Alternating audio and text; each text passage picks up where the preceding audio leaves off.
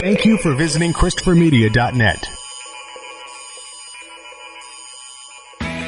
Thank you for downloading Beer Nuts for free on iTunes or from ChristopherMedia.net. Please make sure to rate Beer Nuts 5 stars on iTunes and help to tell others about Beer Nuts by leaving a comment. Thank you for following Beer Nuts on Twitter at Beer Nuts Podcast and on Instagram at Beer Nuts Podcast. Please like the Beer Nuts Podcast on Facebook to like and share Beer Nuts. If you'd like to donate to Beer Nuts, you can click on the PayPal button at ChristopherMedia.net. If you use Amazon.com, please click and bookmark the Amazon link at ChristopherMedia.net. It will not cost you any extra money, and you will help to support Beer Nuts. If you're looking to launch your own website, please click through the HostGator banner at ChristopherMedia.net. Christopher Media uses HostGator to host all of the shows produced by the Christopher Media Network. When you click through the HostGator banner at ChristopherMedia.net and sign up for HostGator, you are helping to support Beer Nuts. TheBroBasket.com. Guys are tired of all those boring socks and ties. BroBasket is the answer to the age-old question, what do I get a guy? We know that choosing the perfect gift for a man is a difficult task, but not anymore. TheBroBasket.com is here to help. We all know men are hard to shop for, but what do guys actually like? Their favorite alcohol, that's what. It could be craft beer, wine, whiskey, scotch, or tequila. TheBroBasket.com will put it in a gift basket full of their favorite gear and goodies. You can customize your own BroBasket or choose from a variety of different BroBaskets, like the Ultimate Import Sampler, the Jack and Coke gift set, or the Junior Executive gift basket. Boozeless but still cool BroBaskets are also available. TheBroBasket.com gives you many shipping options to choose from, including rush delivery and Saturdays. 21 and over, please. State and local laws apply. Beer, wine, and liquor are not available for shipping in all states. You can help to support Christopher Media by clicking through the TheBroBasket.com banner at ChristopherMedia.net. Alcohol gift baskets. What men really want. Men used to be hard to shop for. TheBroBasket.com. Christopher Media, let's make some noise. Welcome to Beer Nuts, a weekly excursion into the world of craft beer, brought to you by MichiganBeerGuide.com. And now, here are the Beer Nuts. And we're back. I'm back. I enjoy doing the show, and I missed it. I was supposed to be on the last two episodes. The airline industry apparently had different ideas, but I'm back. My name is Chris. With me from MichiganBeerGuide.com is JR. Welcome back, Chris. Uncle Pete. Hey, welcome back. Great to be here. All right, Dugout. Dugout is now with us in spirit. You know, he's with me. He's a road warrior for work. It's me and Uncle Pete. You know, sometimes we know what it's like. Yeah, you can't make the show. So show number 58, and JR, we got kind of a unique theme here. What are we doing? Yeah, we're trying to spice things up and talk about some different content tonight. We're going to talk about some not fake craft beer news. So I'm going to start off the show as we always do, first by inviting all of our listeners to please pop open a beer, kick back and relax. And remember, we're not a bunch of beer snobs. Everybody's got a spot at our table. So no matter what level of craft beer connoisseur you might be, a newbie or a seasoned veteran, pop one open and join us. And so now I'm going to read our quote of the evening, which we always start out the show with. And related to not fake craft beer news, the quote is, "The thing about quotes from the internet is that it's hard to verify their authenticity." And that quote is by Abraham Lincoln. Oh, no way. I don't know how that's possible, because Al Gore invented the internet much later, I thought. Yeah. No, that's I told you guys, that's something I've passed around on it. There's many variations on it. The one I've passed around is you can't believe something on the internet just because it has a picture with quotes by it. And then, of course, it was Abraham Lincoln. But well, speaking of fake craft beers, I think, Chris, you're going to start off the show with a real craft beer, a real good one, a real good local one that you are very fortunate to live right around the corner from. So why don't you introduce us to that beer and then tell us about some fake craft beers you've heard about. Yeah, I'll tell you, it's good too because it's good when a good brewery opens up near your house, but I've been learning lately it's good when your friends also know that there is a good brewery by your house. And I'm talking about Kunin Brewery. We've talked about it on the show many times. This is not the first time we are mentioning their name. One day they're going to get their own episode. Maybe they already have. We drink a lot of beer on this show. But they will get their own episode one day. But for now, I am going to share with you, I picked up a growler of their American IPA. Now, I'm a fan of the Drippa. I've talked about many good things about Fluffer on this show, but I went with something that I haven't had yet, and according to their menu, this thing is a staple. It's 6.5 ABV from what I remember from the menu. The IBU, I'm going to have to look up here on the internet real quick. But I can tell you, as far as IPAs go, and from just what I remember of, reading the description on the menu, I mean, they're modeling this after a West Coast IPA, and I can tell you that by the color. As someone who gets to, I may have said West Coast IPA, someone who gets to the Northwest frequently, I have been able to dabble in a lot of the West Coast IPA styles. I can tell you the color right off the bat, I mean, it's right where it should be. Your West Coast IPAs, you're in more of the range of kind of like a clear amber, a clear brownish kind of color is what's to be expected with the style. You take a sniff, I mean, and it's citrus, it's floral, it's everything, hops right at the end of the aroma here. This has been out of the refrigerator for a while, so it's warmed up, so it's kind of where we need it to be. I mean, I know what to expect of this, but I'm going to taste it right now because I can't wait to get it into my face. Mouthfeel, you're like right in the middle as far as, we're not too crisp, but we're not too heavy. But it is definitely, it's not a lighter beer as far as mouthfeels go. We are right in the middle. The lacing on it, I mean, it is sticking to the side of the glass.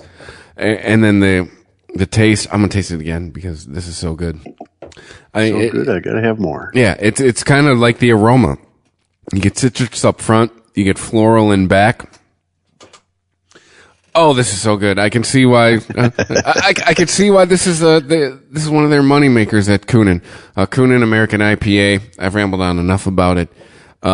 If you're in Michigan, you're lucky enough to be near. Even if you're in Grand Rapids and Kalamazoo, you can hear our voice. Traverse City, another one of these Michigan beer meccas.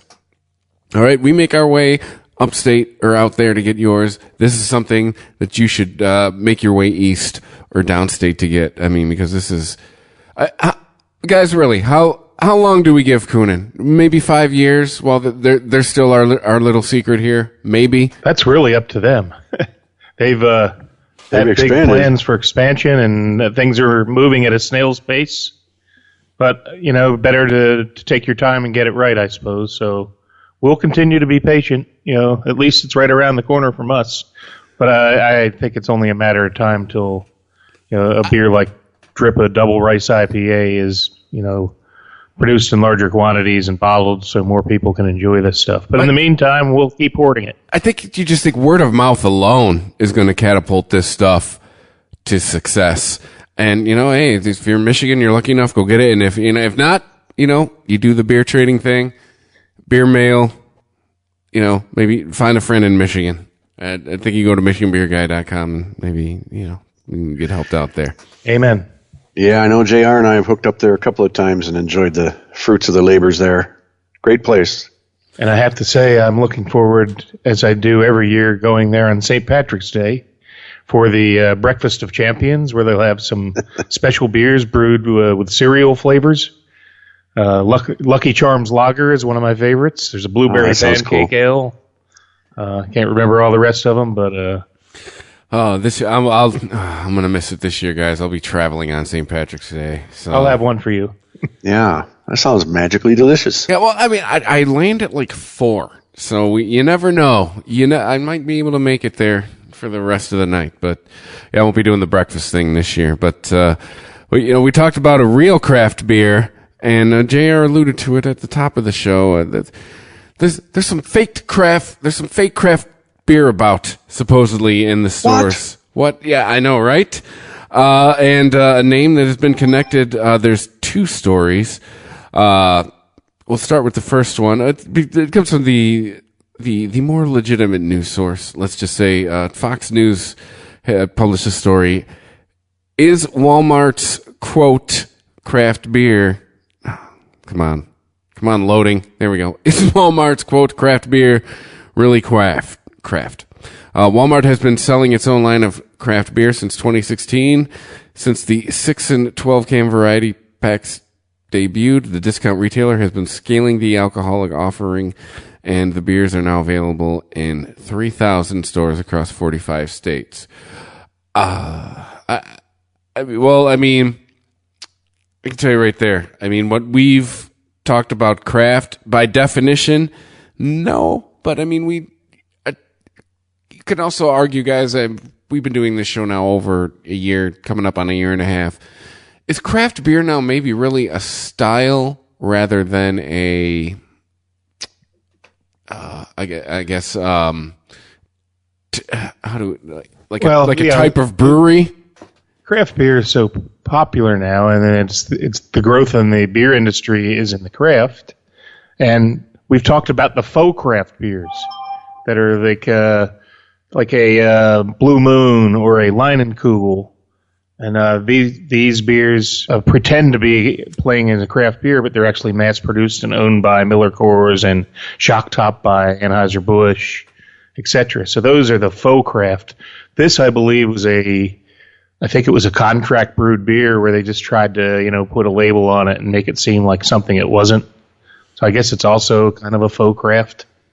So you got to but I mean, buyer beware. If you're buying something you've never heard from Walmart and it's probably very attractively priced, then, you get what you pay for. And I haven't tried these beers. They might be fine. They might be brewed to style at a contract brewery and not be of bad value. Now, the only reason I pose that question to you guys is just because I bet you Founders, I'll use that as an example, has a distribution that far surpasses that. And to me, distribution aside, that's to me, that's still craft beer. I mean, just because of the quality of the beer. Well, ironically, the Brewers Association, who's the lobbyist group for craft breweries, actually does not allow Founders to be in the Brewers Association any longer, because when they were sold 30% of their interest to a foreign brewer, the brewer of San Miguel, I believe, in Portugal or Spain, that you must be 25% or less owned to be considered independently owned. So now they are not a member of the Brewers Association, technically do not fit their definition of a craft brewery. Now, that's their definition. My definition, there's no way I am excluding Founders from the craft beer world, because they clearly are. Lagunitas is another example. They're 50% owned by Heineken now. It's a 50-50 partnership. So they're not allowed to be in the craft beer, the Brewers Association. So in industry jargon, industry journals say that they were kicked out of the craft beer club. They lost their craft beer card. What does that really mean? It just means they can't be in the Brewers Association. As a consumer, those beers are more than justified disqualifying in craft beer in my world. Well, I mean, I guess I put it this way. When Led Zeppelin started selling 1 million albums, did they cease to be a good band? No. It was still good music. It was still quality music. And I guess it's kind of where I'm going with a lot of the, Lagunitas, Founders. I'm sure soon, breweries around, I'm sure Shorts is going to soon give them another couple years. I mean, now that being said, this Walmart beer I wouldn't put in the same category, but it's no different than when you go to Kroger and you buy, what's the fake Mountain Dew they sell, Moon Dust or something. These are just private labels that, large chains can, they have the clout of so many stores to boost distribution through, that they make their own private label, and that's what they're doing here. It's probably contract brewed, contract made by, a biggie like a Pepsi or a Coke or something like that. Where the problem comes in is the consumer doesn't know that, and they feel like they've been had when they discover, hey, this isn't really a craft beer. I bought this because I thought it was a small craft brewery, and here it is, just some stuff with a fancy label that makes it look more like a craft beer than it really is. So I'd say... Well, I mean, the rest of this Walmart article pretty much says what you said about Founders. The Brewers Association pretty much says, no, your distribution says you don't count. Right. But I believe the customer sued Walmart over that because they were insulted that, hey, I paid for something. I thought I was getting a craft beer and I wasn't getting it. I was misled. But for that, I'd say really, if you're a pretty naive consumer, I mean, I was in Kroger the other night and I saw some brands that looked just like that. They were kind of like these names I had never seen. And yeah, guys like us, though, we look at the containers and we look at the labels and we, at least I know I do, and I'm pretty sure you do, JR. And you can pick out pretty quick, if stuff's authentically from a small brewer or if it's contracted to a biggie. And you got to look at price too. If you're looking at something that's, it seems too good to be true, this, great, juicy IPA that it seems like it's a juicy IPA, but it's running for, $8 a six pack or something. You got to wonder. Yep. Let the buyer beware. And, I don't think that any of those lawsuits could possibly have any merit in court, but you never know. You get the right quirky judge. We've seen some crazy stuff happen in the courts. I think there's somebody that won a lot of money from McDonald's for having their coffee be too hot, so who knows? Yeah, well actually, Walmart did say they have a statement. It says, "We hold our suppliers to high standards and are committed to providing our customers the quality products they expect. We take this matter seriously and intend to defend ourselves against the allegations." So pretty ambiguous there, but it's Walmart lawyers. What can you expect? But yeah, the gentleman, he did sue. It said it's wholesale fiction created by the defendant in order to deceive customers. So yeah, well, I guess that would be the word is deception. If they I'm sure the marketing team and everyone else designing this stuff behind the scenes is dreaming it up, going, "Hey, let's make it look like a craft beer." That's a reach. Well, I'll drink to that. And speaking of drinking, if you don't mind, I'm going to move forward and introduce my beer. Yeah, probably getting thirsty over there, JR. I am drinking a beer from the great state of Louisiana, from Parish Brewing Company in Broussard, Louisiana. And this is I think it's a one and done, like they do once a year. I've never had it before. Somebody mailed me this, and it's wonderful. It's called Reve, R-E-V-E. I didn't take French, but it's got the triangle thing over the first D, so I'm going to guess that it's pronounced Reve. And it's Reve Coffee Roasters, Parish Reve Coffee Roasters Coffee Stout. And I did do some research on this, and Reve Coffee Roasters is a local coffee roasting, a coffee business down there that I believe has a very good name down there. And this ties into the episode tonight. This is one of the great trends that we're seeing in the industry, is a lot of breweries are partnering and using fresh roasted local coffee. I know Liberty Street in Plymouth, Michigan does that. And I know Griffin Claw has some beers that are their Flying Buffalo Bourbon Barrel Coffee Stout. They actually have a variant that is made with locally roasted Great Lakes coffee. So I've poured this, and I've drank about half of it already. It's unbelievably delicious, fresh. Really, it's cold brewed coffee. Very little head on this thing. It's got a little bit of legs going down, and a little bit of just a small amount of sweetness. Really, I mean, it's just a coffee bomb. I mean, the aroma is coffee, the taste is coffee. It's a nice medium to full-bodied stout. Wow, just really delicious. Not too bitter, not sweet at all. Just really solid, a cold brewed coffee flavor. I'm going to read from the label. This silky smooth coffee stout is brewed with a carefully selected blend of specialty grade estate beans from Colombia and Java. Our friends and coffee gods at Reve have finished them to a full city roast to highlight the true character of the beans and their origin prior to addition to our export strength milk stout. Enjoy any time of day. This beer will drink like a delicious cold brewed coffee.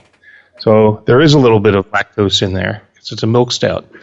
It doesn't list the strength. I would guess it probably to be 6 or 7. It doesn't seem overly. I don't think it's a big 9-10%er, but it's really a delight to drink, and I wish you could join us with this. Where's Reveille from again? Broussard, Louisiana. And I read on the brewery's website, it was very hard to find anything on this, but I read that not Junior. they actually Hold on, just John. released this, and they serve it with king cake down there for Fat Tuesday's coming up. So I think they release it like a month before Fat Tuesday for the Mardi Gras celebration. Hey, I wanted to welcome beer. Junior, Uncle Pete's son, to the podcast. Junior's in the house. Yeah, they may notice some noise while John was talking. They were getting Junior on the line. So welcome back, Junior. All right. Welcome, Junior. Hey, I just introduced a coffee beer. What are you drinking? What are you drinking, Junior? Can he hear us? Maybe you can't hear all of us. Oh, okay. Well then. You want to take a time out and fix that, or Nope, let's have him let's add him back to Uncle Pete's call. And he can probably hear us that way. Oh, I thought I saw him on and heard him, and then I heard him drop out. There we go. Let's do this. There we go. Hey, you back, Junior? Hey, I can hear you now. All right, Hey, there we can go. you hear everyone else? I can hear you now. He could not hear us. hello? Can you hear me? I could hear Chris. I couldn't hear anyone else, though. Okay, you got us all then, eh? Sounds good now, though. Can you hear me now? Okay. Can you hear John and Good. Pete? Good. You can. Yep. We can hear everybody. Welcome, Junior. Hey, All right. So I just introduced a coffee beer. So if you'd like to introduce your beer, go ahead. oh, okay. Right on the spot, right away. And if you're Yeah. not ready, Welcome I back. can gab about something else, and then I'll give you a minute to collect yourself. All right? Well, I have two, so I'll do one. I guess I'll introduce one I have. I have a Omegang brewery from Cooperstown, New York. Three Philosophers. Been a while since I had that one. Yeah, I saw it today, and I was like, you know what? I haven't had this one. I think this is one of the first craft beers I had, I think, back a couple years ago. It's like a quadruple ale, and comes in at 9.7%, so I'm going to crack it open and or pop it open and see how it goes. So I got another Belgian triple here, too. This one, I don't know if I can even read the label. It's got some Bastiles from, let's see, Bugenhout, Belgium. It's a triple. Carmeliet. We got to brush up on our foreign languages. Yeah. It's got I think I know that is the Carmeliet. 3 grain, the grain, I guess. 3 grains. It's got oats, barley, and wheat. 100% natural. It won the gold medal World Beer Cup. So that'll be later on. Okay. Cool. Now, the Three Philosophers, that's the one that's got cherries, right? Yeah. Oh, boy. It sounds Yeah, it delicious. does. I used to go out to New York all the time, and Omegang was everywhere, and now it's not. And I feel like I wasted that opportunity. I've been to Omegang. It's a great brewery. Great food there, too. Excellent food. And right next to the Hall of Fame, Baseball Hall of Fame. Yes. So I took a trip. I went to Southern Tier on my way up. Then I hit the Hall of Fame and Omegang. And on the way back, I believe I went to Great Lakes in Cleveland. Oh, wow. Steak by the Lake. Sounds quite the beercation for you. Yeah, well, it was good because we had the whole family, and I squeezed those brewery visits in between other family activities. Of course, the Hall of Fame was family activity. Well, looking forward to beercation, that's for sure. Do they serve beer at the Baseball Hall of Fame? Can you get yourself a draft beer like you can get at every ballpark at the Baseball Hall of Fame? I don't think in the area where you go around to the exhibits, but I think at some point there might be a cafe or something. You know, I don't remember. I don't think I cared because I just wanted to get through it so I could go to Omegang. Can it be a true What's baseball going on experience there, without Junior, a with your flat draft Omegang beer? quadruple?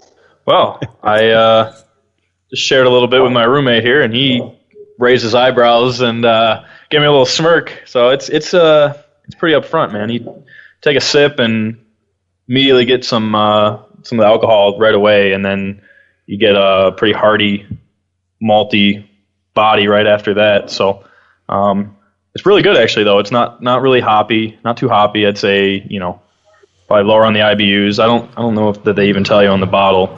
I am drinking it a little bit cold. It says serve at 50, and it's probably more like, 40 degrees. But it's good. I like it. I would recommend it. You getting any fruit influence? Yeah, there's a little bit in there. There's actually some chocolate and caramel kind of flavors I'm getting out of it, and a little bit of fruitiness. And I definitely get some of the cherry, like you were saying. It's good. Good. Glad you like it. Yeah. Man, they're partying at Juniors, huh? Always. Round the clock. Oh, So we were talking about some of the industry trends, and I was talking about the coffee. That's a big industry trend. Another one is milk stouts are getting real big. So the beer I had was... not going to mind that trend. Not at all. and the other part about milk is there's some other beers being brewed with lactose with IPAs that are becoming milkshake IPAs. So Tired Hands and Omnipolo are both well known for that. See, I haven't had one of those These yet. things, they sell out in hours at the brewery. Really? And so those just some more new trends. The pundits are expecting lagers and kolsches to come back. Come on. I'm seeing this a resurgence in session beers. People are looking. As a matter of fact, Founders now, their biggest seller is All Day IPA. And I remember hearing a story One of that my they faves. were very close to not even releasing All Day IPA. There was some discourse among the management whether that would be a viable option, and now it's the biggest seller. So I think that's a trend we're seeing is people want to be able to drink more and maybe have something not as strong so they can, drink those throughout the day and not get too buzzed. Yeah, Be able to function and I think there's do still outdoor room in that activities, space. etc. So Kolsch is think another there's- style that's a lower alcohol and easy to drink in the warm weather. Moving on to some other trends, fruited sours are getting really big. It includes like Gosa as a big a style that was pretty much extinct and within the last 3-4 years has exploded. It's a lower alcohol with nice fruit flavors. There's a Blue Point makes a plum Gosa. Everybody's heard of the Westbrook. They make a great Gosa and a key lime Gosa. You're seeing a lot of breweries come out with Gosas now. So just a few more categories here. I'm reading an article from a Bon Appetit, skimming through it. But there's field beers, some really unique, weird vegetable-infused beers, like Scratch Brewing, it mentions, has a mushroom-filled oyster Weiss. And there's some other strange ones here. So there's some people trying some really off-the-wall stuff. Dry hop sours are becoming very popular. Beers Gone Wild, and Brett beers. No secret that sours are thriving now. A lot more people are exploring and discovering that category. And it says Pilsners. I'm going to just lump that in with the lagers and the Kolsch's. Anything that's easy to drink. That's easy to get new people into craft beer when you can give them stuff that isn't so far off what they're used to. And it's a good gateway beer, but also session beers in the summertime. And last but not least, maple syrup beers are. There's actually an article here saying pumpkins are going out and maple beers are coming in. So that's good news for me because I can't stand pumpkin beers. But last but not least, and I think no one will be surprised by this, is the juice is loose. The New England IPAs, the juicy IPAs are now getting really, really popular. And we're seeing it here in Michigan where Old Nation is blowing it up with M43 and their Greenstone American Pale Ale, double dry hopped. Boxer is another one that Old Nation's producing. Transient has several beers of this style. It's that cloudy, hazy, juicy New England style IPA or double IPA. Of course, Treehouse and Trillium are amongst the real popular ones nationally. They started in the New England. It started in New England, but now it's spreading everywhere. So it's a style that's not going away. So I'm thinking Uncle Pete's pretty thirsty about now. So I'm going to pass over to him and let him introduce a beer and talk about a topic of his choice. Sure thing. That's great, JR. I wanted to add a couple things to your list that crossed my mind as well, and some of the reading I've done with the trends. A lot of breweries you might notice now are packaging their beer not only in growlers but in crowlers, which is a smaller version that comes in a can, so that you can have a beer to take home or beer to try that you haven't tried before and not necessarily have to buy a larger quantity to take home. And so crowlers are becoming quite popular. I know you've bought some, I've bought some. And maybe for your benefit, JR, you might like this one, but maybe there's a trend that's leading towards fewer pumpkin beers. Amen. Every year we seem to see, over the years we've seen more and more and more pumpkin beers, but you got to imagine these guys are starting to do the math and saying, hey, this stuff's not clearing the shelves. Maybe we ought to not make as much. So that could be a trend that I've Not to mention read them about releasing it in the middle of July. Yeah. And I think something else I've seen in a few places is the trend towards some of the craft breweries also dabbling in craft spirits. And it's not new necessarily, but I think the trend seemed to be increasing.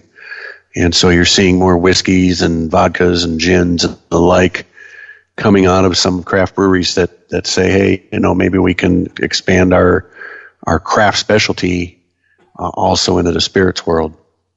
And I think that's kind of cool. And, would like to learn more about that actually myself personally. So, okay, I've got a beer here called Party at the Moon Tower. Oh, I know where that's from. Latitude 42 in Portage, Michigan, and it's a double IPA. Boy, I cracked the can open on this, and the aroma just filled the room. All right. All right, yeah, the aroma just danky coming right out. The party started as soon as I popped the top, so it really was pleasing to the nose with citrus and pine. Definitely a very strong malt backbone on this beer. Taking another sip now. Not disappointing whatsoever. Got a nice malt sweetness to it. The hops are very prominent, more on the drying side. Very dankalicious in my opinion, and worthy of another one, I would say, after I finish this pint. But a very colorful can, very colorful label design. And I'll let you guys cue me in on the references to Party at the Moon Tower. I was dazed and confused, man. I was Dazed and confused. I was 14, 15, maybe 14 to 16 when that movie came out. I mean, that movie was right up my alley. Yeah, no, that's where everybody had the party. That's where it's where they got the keg. The kid was gonna have the party at his house, and his parents were gonna leave town, and the guy came to deliver the keg early, and it got busted, so they moved the party to the Moon Tower. Okay. Nice. Well, I've had that beer, and shout out to Chris Cook, the manager of Merchant's Fine Wine in Dearborn, Michigan, because he turned me onto that beer when I was looking for a good local IPA, and he insisted that I take a single home, and the next time I went, I bought a 4-pack. Yeah. Really nice, colorful can, but the beer inside is fantastic. It's very tasty. It's very tasty. 8.4% alcohol, a whole variety, handfuls of hops here, Citra, Mosaic, Columbus, Seven Seas. Very exciting beer. And it kind of leads me to talk a little bit about, is it better to drink beer fresh, or is it better to drink beer not fresh? And I would say in this case, these kinds of beers, my opinion is drink them fresh. I mean, I've got a lot of big beers, barley wines, milk stouts, all of those sorts of things sitting in my cellar and not afraid to age. But when it gets to these IPAs and double IPAs, to me, and I'm sure a lot of you guys will agree, the fresher the better. And even now, these juicy IPAs that John was just talking about, just seems like, hey, the fresher you can get them, the better they are. The flavors, I think, are just at their peak right after, fermentation and right after packaging. And the longer you let them sit, and if they're in bottles, if they get any light to them, or if you're not keeping them at appropriate temperature, you're going to get some fading in the flavor profiles, whether it's the hop profile, the malt profile, or even the effects of the yeast flavors. So, anybody want to comment what Just your to add feelings are? to that, not only I'm actually read some articles recently where a lot of brewers are saying even the beers we're used to cellaring, like the barley wines, the imperial stouts, the high ABV darker stuff, a lot of the brewers say that they release these beers after aging them already. So they're encouraging you to drink those fresh too, whereas normally our mindset is, let's put them in the cellar, they'll mature and get better. But there is a point of no return where they peak and they're not going to get better. They're just going to start fading. So, for example, a beer like KBS has already been aged for a year in the caves, and there's fresh coffee in there. That coffee is going to fade. So that may be a beer that tastes better at the beginning. Then you have some people say it's too hot because there's bourbon barrel. The bourbon's too hot and it needs to mellow out, so it's easier to drink. But somebody like me, I like boozy beer. So I've actually am starting to turn my philosophy around on that. And maybe it is better just to drink even those types of beers when they're fresh. But I'm certainly not saying anything I've never hoppy or anything with coffee, I think those are two things that fade rather quickly. Yeah, I'm not saying I've never drank the big beers fresh. I have, and they're fantastic fresh.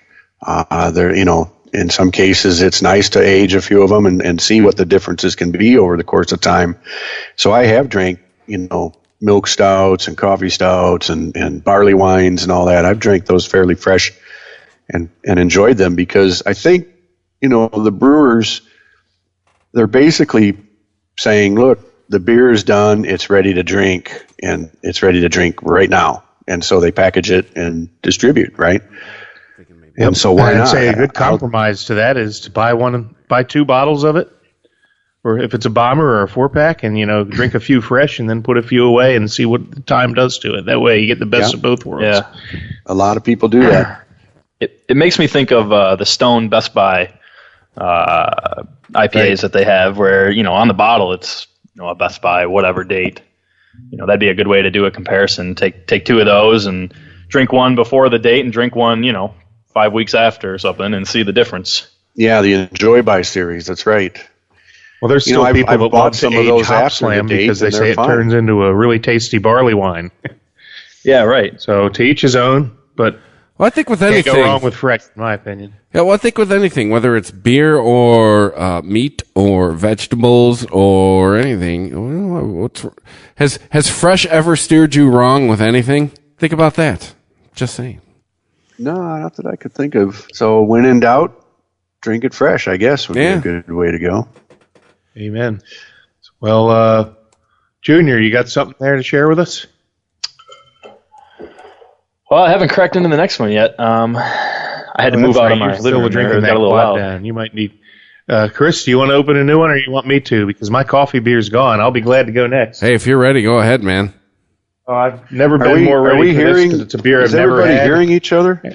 We were talking about the New England IPA, the New England style IPAs, and I've got one of the coveted Treehouse beers here, and this is a double IPA from Treehouse that I have never tried before, one that came in the mail this week from Massachusetts. So without further ado, I introduce you to Haze, and the can is purple, so you could say Purple Haze. And we get a little Jimi Hendrix here. You gotta catch me when my computer's rebooting. All right. Comes in a 16-ounce can, fresh from Massachusetts.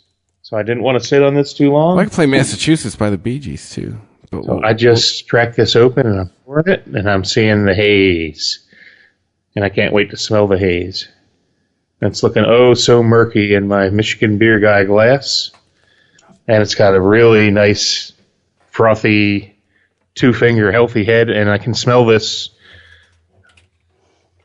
without even bringing it up to my nose. I could smell it. It's so pungent. Unbelievable, that juicy juice look. It looks like probably a pineapple orange juice appearance. Hazy, like somewhere between orange and brown. But the aroma is tremendous. Just unbelievably, juicy tropical fruit, passion fruit, orange, grapefruit. And I'm diving in because I can't wait to taste this. It's everything that I've heard it would be. The flavors are tremendous, just like what you would smell, that really juicy. There's a lot of flavor here, and I can tell there's a lot of hops from all the tropical fruit flavors, but there's also enough malt in this, to balance it out very nicely. It's a real treat, and I think the best attribute that I'm enjoying about this is the mouthfeel. It's got a nice creamy mouthfeel. Generally these are brewed with either wheat malt or oats, and that usually gives you a really nice, smooth, creamy mouthfeel. And it's just, it's a home run in every category. It looks great, smells great, tastes great, mouthfeel. I mean, you're going to rate this, it's like 5 stars all around. So Treehouse Haze, it's living up to the hype. Wow. I really am trying to play Purple Haze. We'll get there. Well, some of the things I've read about the haze beers, JR, or the juicy beer. Let Jimmy take over. Yeah. Can you guys hear me? Yes, we can hear you. Is anybody hearing me? Yes. Can you hear us? I can hear you. All right. Okay, so I'm going to read the back of the can. We're excited that you are holding Treehouse Brewing Company's hop-saturated double IPA. Haze.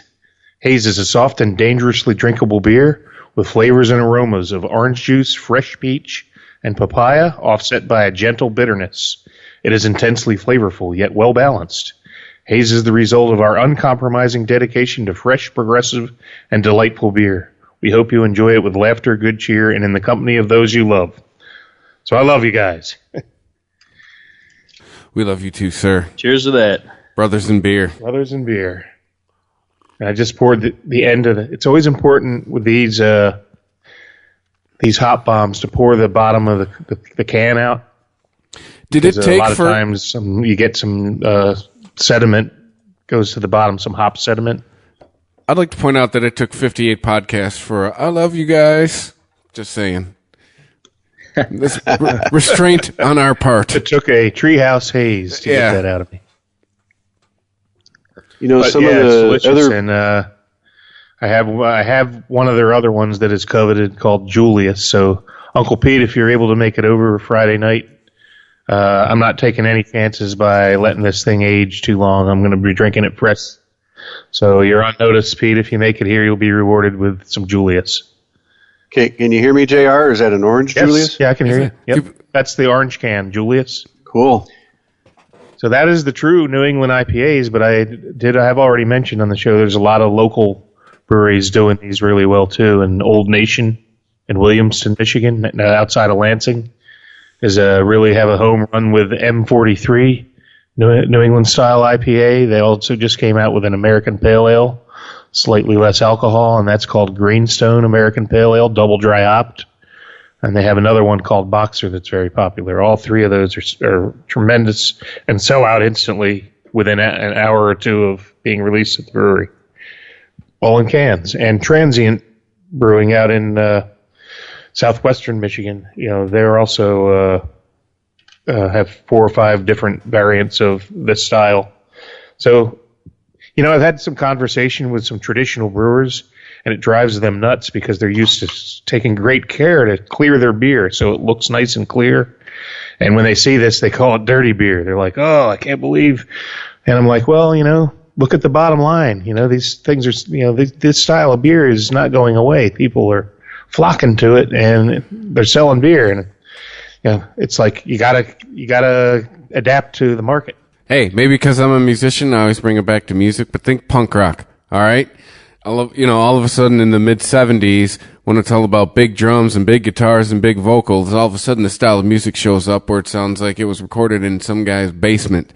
And most of it was, but it's all about lo-fi, the low-fidelity mics, amps you got at pawn shops, guitars that were, it's maybe worth $20, and it stuck around. And, maybe the same thing's going to apply to craft beer styles here, where maybe it's where the people are used to making these pristine, shiny products. Maybe people are finding, character in things being rough around the edges, like things like haziness. I mean, you look at these beers; they almost look like a Hefeweizen. Yep, very hazy.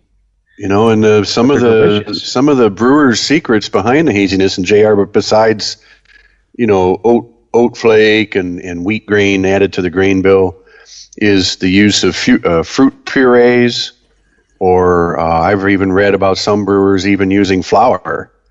And also the water makes a big difference. If you're using a more highly chloride water that's more heavy on the chloride side, it gives a softer mouthfeel and a smoother, rounder taste.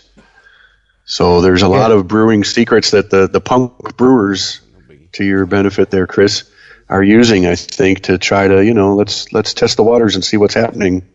And Pete, you're right. You might remember I brewed a New England IPA not long ago, maybe 6 months ago, and that was really good. And I used like 25% flaked oats. I did get to taste it. When I brewed my first batch with Dugout on like July 3rd. I did get to try it. It was delicious.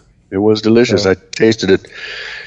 To the old school brewers, I would say, hey, keep an open mind, brew what the people want, and you will profit from it.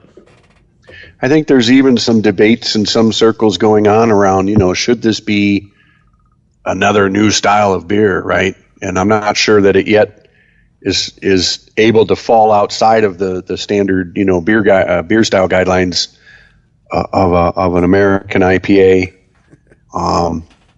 But there's discussions. I think there's circles that are talking about it. Yeah, I don't think it's going away anytime soon. And I would, you make it and people are buying it. Well, it's just so much. It just makes you wonder what's going to be the next thing that any brewer should consider doing. I know at Schoolcraft College, where I teach the marketing class, Tom Block is the brewer out there, and he's one of those old school guys that at first he didn't want to do it, but you know what? I'll give him credit. He brewed a batch, and it's going to be on tap in the Schoolcraft tap room because he realizes, even though it was almost painful for him to do it, he said he was looking at the sight glass and seeing how cloudy the beer was when it was in the tank, and it kind of bothered him, but when he starts seeing everybody ordering them and enjoying the beers, that's really his end game. He said, "Hey, as long as people like it." Hey, so you gotta be flexible.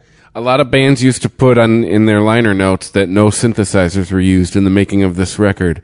Yeah, after a few years, that changed because sometimes you learn that advances can enhance things instead of the way you've always done something.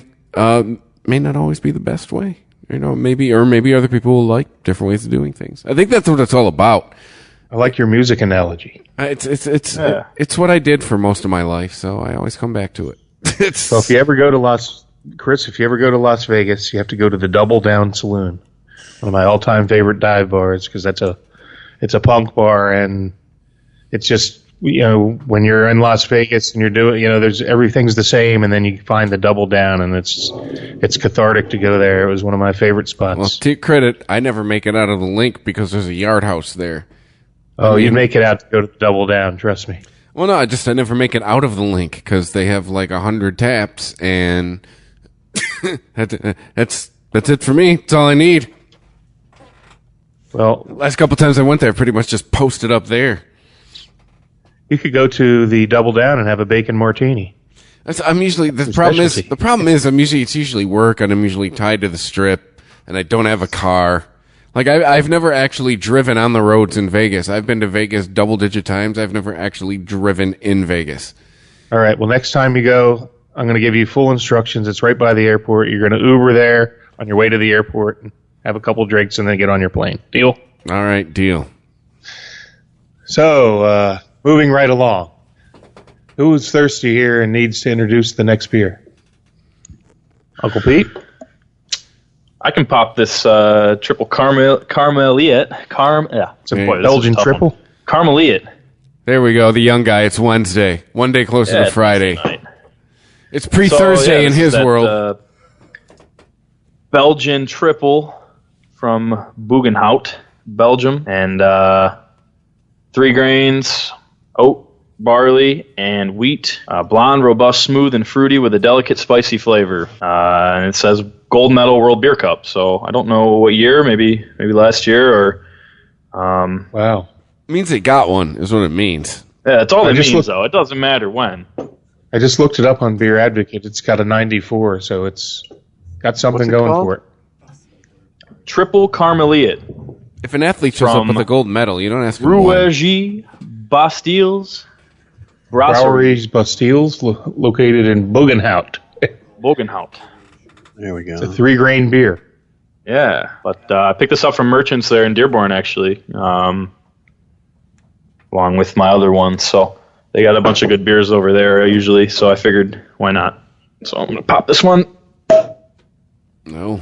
Nice pop. Ooh, it smells really good. That's Foley quality. Oh, wow. That is a really good Belgian triple. It's similar to like a Le Fin du Monde type of Belgian triple, but it's got a little more, or a little less subtle in the coriander, I guess. I don't even know that there's coriander in this, but it doesn't have that peppery bite in the same way that the Le Fin du Monde does, but really good balance of sweetness and nice smooth body. It's kind of light in color, like a blonde ale.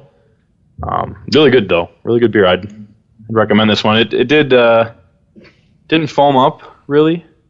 It's got a small little amount of head, but smells great. Low hop again on this one. But for a Belgian, really good, really well done. Any banana, bubblegum, any of the typical Belgian yeast characteristics? It almost has some sour, kind of citrusy flavors to it as well. Oh, that's no one I've never had. I want to try that. Is everyone still there? I was wondering. Yeah. I thought I heard some noises as if there were some drops. I thought I had muted for a moment there. Or a guitar. I hear a guitar. All right. Well, I have the website for this up. If anybody wants me to read any description or anything, would you like me to do that? Go ahead, what do man. you got on there? They got anything else from the same brewery? I'm gonna. Yeah, it's the web description of your beer. It says Triple Carmeliet was launched in 1996 and received a great and fully deserved acclaim. It is a triple, 8.4% in volume, but brewed with barley, wheat, and oats. It could even be considered as a 6-grain beer, as each of the grains is used in their raw as well as malted form. In 2008, the beer won a gold medal at the World Beer Awards, which led to demand exceeding supply, although production had already been increased by 30% by then. 2012 saw a number of cafes once again run out of supplies owing to the huge success of this popular triple.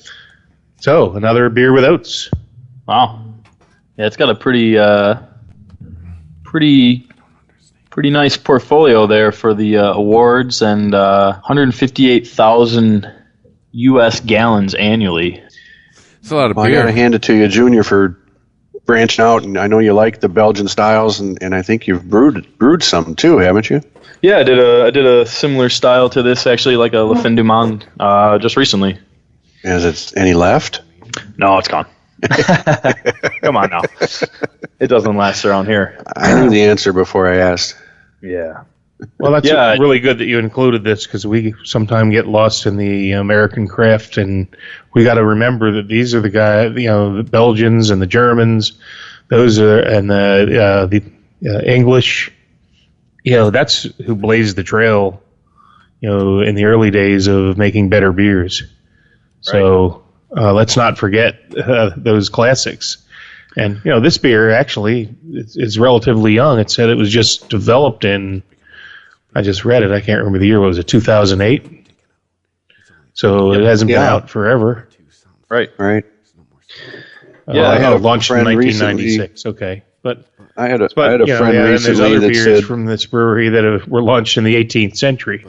Have anybody heard of Quack, Kwak? That's from the same brewery. I know that's one that's always very highly revered. So I haven't heard of that one. Oh yeah, I remember when I was in Las Vegas, everybody raved over that. It's Pauwel Crack, Pauwel, capital Kwak, Quack. Maybe it's Quake, maybe it's Quack, but Kwak. I just had a friend recently Quake tell me, sounds more hey, you know, I've tried all kinds of pale ales and IPAs and double IPAs, and he is getting kind of burned out on the IPA and the American IPA thing and all that. He says, what should I try next? And my first suggestion to him was to start getting into the Belgian ales and the whole variety that can be, the offering from that set of styles coming out of the Belgian beers, the doubles and the triples and the quads and all the influence from the grains and the yeast and the different kinds of hops. There's a whole new world. On that note too, with the grain, I was actually buying some grain for a Pilsner that I had made this weekend. And I was talking to the guy at the store where I buy my grain from, and he said, the reason it's not easy to replicate these recipes here is because, if you try to use an American grain, the pH levels of the soil are different than what they grow in Belgium and Germany, and that's why their beers are just going to taste different. The soil there is different. It's grown differently. It's just got a different flavor that, the American soil is going to be just its own kind of unique spin on it. So that was kind of an interesting thing, and I even noticed that in my own beer. I tried to make it similar to another style or another beer, and it just couldn't come out exact. And when you brew your own beer here in this country, you have to call it a Belgian style ale because it can only be Belgian if it's from Belgium. Well, yeah, it's like with champagne. If you don't make it in like a certain region in France, it should be sparkling wine. It's not champagne. It's sparkling wine, just like Kolsch and or they call it Oktoberfest. Méthode Champenoise. Well, Oktoberfest. That's one of the first things you guys taught me. Oktoberfest beer can't not come from Germany. If it's not from Germany, it has to be Oktoberfest style, correct? Yep. That and Kolsch too. Marzen. Kolsch is it's a Kolsch style ale or lager. Kolsch is an ale, I believe. It's brewed with ale yeast, isn't it? Yeah. Kolsch has to be from Cologne, Germany. That's where that's the appellation. So just a couple other is cologne from Cologne, or does it have to be body fragrance? One other topic to discuss. Somebody had to ask. What was that? Is cologne from Cologne, or do you have to call it body fragrance otherwise? Bada bing. Hey-o. Well, one other debate for the fake craft beer news shows, or not fake craft beer shows, this is just a debate we can have. Is the craft beer bubble about to burst? No. So what we're seeing is the double-digit growth that craft beer has enjoyed has slowed. It's now into the single digits. I think we all see that it's kind of slowing down. I don't think the bubble has burst. I think what's happening is what I'm seeing amongst a lot of my fellow craft beer hounds are a lot of people always want something new. You don't want to, whereas we used to find we had our staples, we had our 2 or 3 beers that we really loved. And for an extent, a lot of this stuff is seasonal. So like every year, like when KBS comes around, we haven't seen it for a year, so then it's new again and we can enjoy it. But stuff that's been around a long time, like a Fat Tire or something, some of your more common, your Samley Adams Boston Lagers, those brands are struggling because people are looking for something new. And, one of the contributors to that is the social aspect of craft beer. We have beer groups on the internet.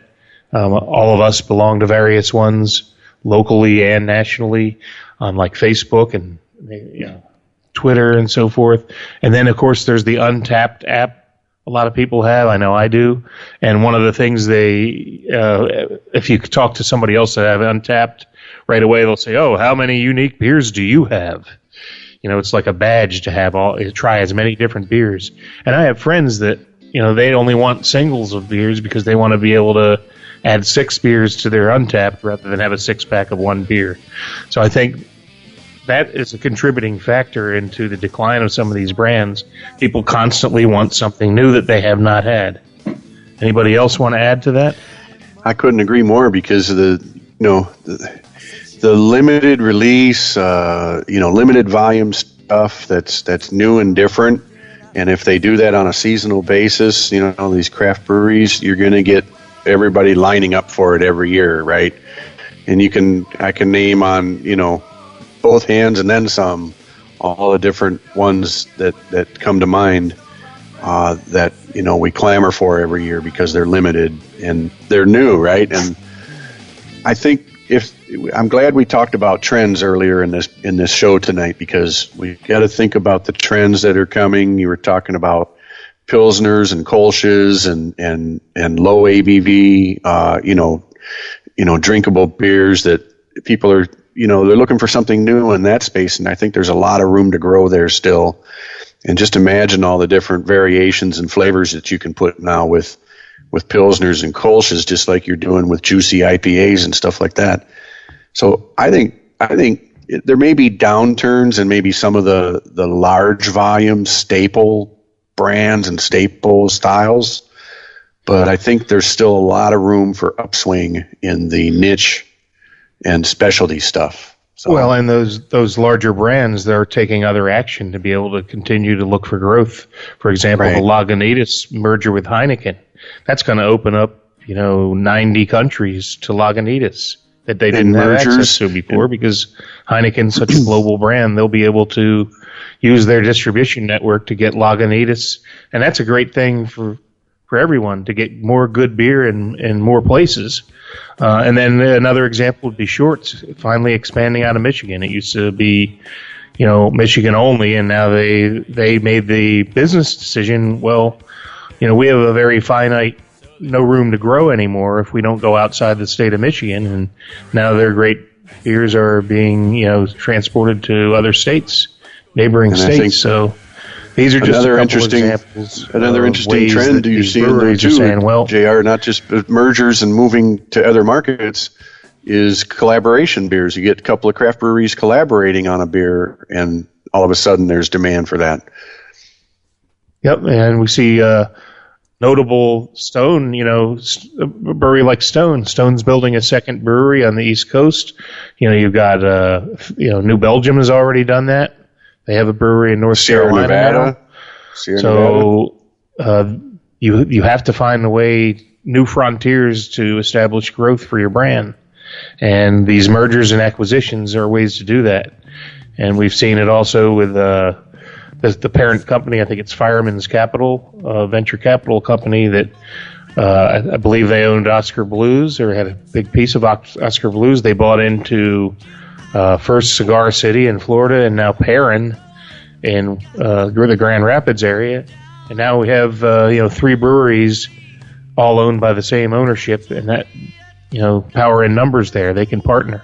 Matter of fact, I believe just this week they released the Triangulation Imperial Stout, which is a collaboration between those 3 breweries, and they're going to release the beer in those 3 markets. That's what I was talking about. These are examples of how breweries are finding ways to expand into new markets and facilitate growth that way. Yeah, and there's still a lot of areas that are really relatively kind of new to the scene too. Like I was in North Dakota 3 or 4 weeks ago, north of Fargo in Grand Forks, and there was a brewery up there called the Rhombus Guys, and the only brewery in the area. I mean, there's a brewery in Fargo, two breweries in Fargo, and then throughout the rest of North Dakota, there's nothing. And in South Dakota, same thing. So, people flock to those places, and they're interested and curious in other types of beer out there than just your standard domestic beer that you get. Yeah, we've all been to that dreaded restaurant where you're going in and Bud Miller Coors. Oh. Where is it? There's got to be one tap. There's got to be one bottle in the case. Can I get a Sam Adams, for the love of God? Blue Moon or something. So maybe that's the last frontier. All right, everybody. Well, that just about does it. Episode 58 in the can, or in the bottle, whatever you prefer. Maybe In the crowler. Yeah, maybe put in a keg, maybe put in a crowler. Everything. We'll get to it next show, but I did see a news story about how Colorado is leading the craft beer can revolution. But that's tease. That's for next show. We'll get into that maybe then. Thanks to everybody who's listened, who's downloaded, who has shared, who has retweeted. You can find us on Twitter at Beer Nuts Podcast, on Instagram at Beer Nuts Podcast as well. Instagram, it's, I don't know, man. Maybe I'm old. It seems like podcasts live and thrive on Twitter. I'm not saying Instagram isn't viable, but we're there. We're still there. Keep it updated, monthly-ish. But we get everything on. But don't let that stop you. You know what? If you want me to pay more attention to Instagram, send me pictures of what you're drinking. At Beer Nut Podcast on Instagram. Of course, you can do it on Twitter. We'll retweet it for you. And two, we're working on getting a new logo. Now that this show knows what it is, now that we know what we are, we're going to get a logo that states more of the mission for you. So be it. I mean, we're in an instant consumption age, and we're working on something that, you know, bottom line, we need you to know what it is after looking at it. The end. And we're getting a new logo, and then we will get them on a glass, and then we will go back to giving away glasses. Might even sell them. Maybe if you perhaps find it in your heart. We've given you so many free hours of craft beer knowledge. Maybe you want to give us $5 to $10 for a glass.